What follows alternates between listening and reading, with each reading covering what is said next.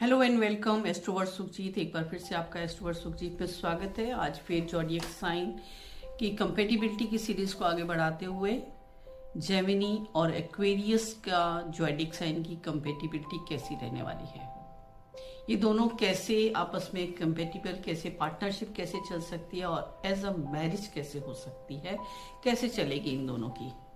तो इनकी कंपेटिबिलिटी की बात आज करते हैं। जबकि जो जेमिनी का जो साइन होता है 21 मई से लेकर 20 जून के बीच का है, जिनका डेट ऑफ बर्थ 21 मई से लेकर 20 जून के बीच में आता है, वो आते हैं आपके जेमिनी साइन के बीच में।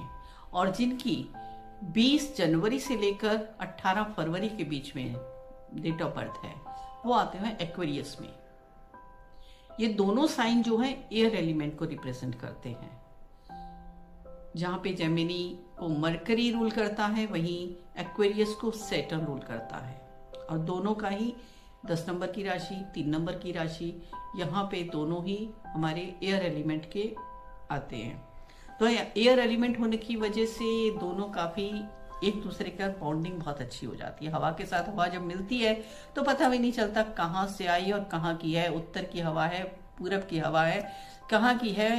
जब एयर के साथ एयर मिलती है तो ऐसे जल होती है कि दोनों की बॉन्डिंग उसी तरीके से जेमिनी और एक्वेरियस की बॉन्डिंग भी ऐसी होती है। यूनिवर्सल रिलेशनशिप, यूनिवर्सल कंपेटिबिलिटी बहुत प्यारी होती है, क्योंकि दोनों को बोलने का शौक है, दोनों टॉकेटिव हैं, दोनों को अपनी बात को दिल खोल के बात करना अच्छा लगता है और दोनों एक दूसरे की बात को बिना बोले भी समझ लेते हैं। अगर एक ने नहीं बोला है तो दूसरा उसे वो समझ जाएगा कि मैं इसने ये चीज नहीं बोली, वो भी समझ जाएगा, बिना बोले भी एक दूसरे को समझ लेते हैं। इतनी अच्छी कंपेटिबिलिटी इन लोगों की होती है। इनकी सबसे अच्छी बॉन्डिंग होगी, बच्चों की तरह बात करते हैं आपस में। जब आप किसी जेमिनी, अगर ये पार्टनरशिप में है, अगर ये एज अ रिलेशनशिप में है या एज अ हस्बैंड वाइफ भी हैं, तो इन दोनों की बातों में कहीं ना कहीं बचपना, क्योंकि बुध भी एक बच्चा प्लैनेट है और वहां पे एयर एलिमेंट का जो सैटर्न है वो भी बहुत एक्सपीरियंस्ड और अच्छा प्लैनेट माना जाता है। तो दोनों हवा के साथ जब मिलती है तो सोच सकते हो कि कितनी अच्छी कंपेटिबिलिटी होगी। तो सेम एलिमेंट जब आपस में मिलते हैं तो वैसे ही कंपेटिबिलिटी अच्छी हो जाती है। तो यहाँ जेमिनी और एक्वेरियस की सबसे अच्छी बात ये होती है कि इनकी सबसे अच्छी बॉन्डिंग आपस में बात करने की होती है। जब ये आपस में खुल के बात करते हैं और एक दूसरे की बात को सपोर्ट करते हैं तो सबसे अच्छा रहता है। इमोशनली ये दोनों बहुत अच्छे अटैच्ड होते हैं, एक दूसरे को जज नहीं करते। They both are so emotional, क्योंकि इनमें इतने ज्यादा इमोशंस होते ही नहीं है कहीं कि हम इमोशनली फूल बन रहे हैं, ऐसा नहीं है। बहुत प्रैक्टिकली इमोशंस होते हैं, तो एक दूसरे को जज नहीं करते हैं। तो जब हम अपने एक दूसरे के पार्टनर के इमोशन को जज नहीं करेंगे तो रिलेशनशिप ऑटोमेटिकली अच्छी चलेगी। तो यह दोनों में इमोशनली जज नहीं करते हैं।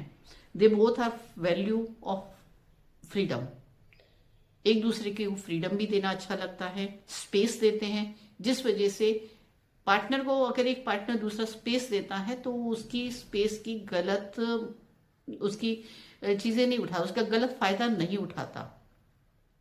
तो यहाँ पे दोनों लॉयल भी हो जाते हैं। तो एक दूसरे के साथ लॉयल्टी अच्छी है, बात करना अच्छा है और एक दूसरे को समझना अच्छा है। इनके कंफ्यूजन कहाँ पैदा होंगे? जब ये आपस में बात नहीं करेंगे। अगर इनका कम्युनिकेशन गैप हो जाता है तो इनके अंदर कंफ्यूजन पैदा हो सकते हैं। चैलेंजेस इनकी चीजों में तब आएंगे अगर ये कम्युनिकेट नहीं कर पाएंगे, क्योंकि बोलना अच्छा लगता है और बोल के ही अपनी सारी बातें ये एक दूसरे के साथ में बहुत अच्छे से शेयर कर पाते हैं। तो जब ये कम्युनिकेशन प्रॉपर नहीं करते हैं, डिस्टेंस हो गया है, कम्युनिकेशन भी बंद कर देंगे, तो इनके आपस में बॉन्डिंग खराब हो सकती है। अदरवाइज एयर और एयर की बॉन्डिंग खराब नहीं होती। Gemini and Aquarius are made for each other, air and air element.